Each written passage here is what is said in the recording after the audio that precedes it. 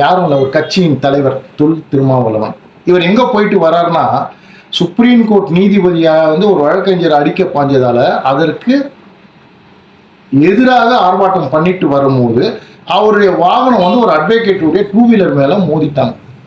மோதின உடனே ஒரு சாரின்னு சொன்னா முடிஞ்சு போச்சு. ஆனா அந்த இடத்துல அந்த அட்வொகேட் கேட்டதால அவர் தொண்டர்கள் வந்து அவர் ஓட ஓட அடிச்சிருக்கிறாங்க. அடி தாங்க முடியாம ஒரு ஹைகோர்ட்டுக்குள்ளேயே ஓடி போய் பதுங்கிக்கிட்டாரு.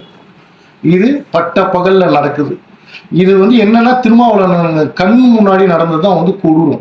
ஏங்க ஒரு தலைவனா இருந்தா வந்து இறங்கி தடுத்துருக்கலாம்ல, ஏன் தடுக்கல? ஏன்னா அவர் தான் சொல்லியிருக்கிறார்ல, விசிகாவுடைய ஒவ்வொரு தொண்டனும் வந்து 5-10 வழக்கு இருந்தால் தான் அவன் வந்து தொண்டன் சொல்லி சொன்ன திருமாவளவன். இன்னைக்கு ரவுடிசத்தையும் இளைஞர்களுடைய வாழ்க்கையை சீரழிக்கிற இந்த திருமாவளவன், தன்னைத்தானே அம்பேத்கர் சொல்ற திருமாவளவன் இறங்கி வந்து அந்த வழக்கறிஞருக்கு எது ஆதரவாக நின்றுப்பாரா? வேடிக்கையில பார்த்தாரு.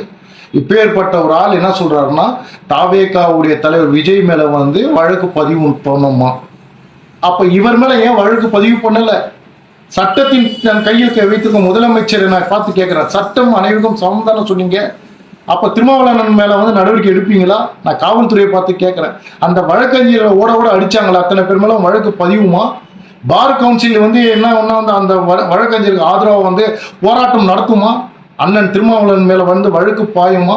அவரை கைது பண்ணுவாங்களா? இதெல்லாம் நான் மக்கள் மன்றத்தில் விடுறேன்.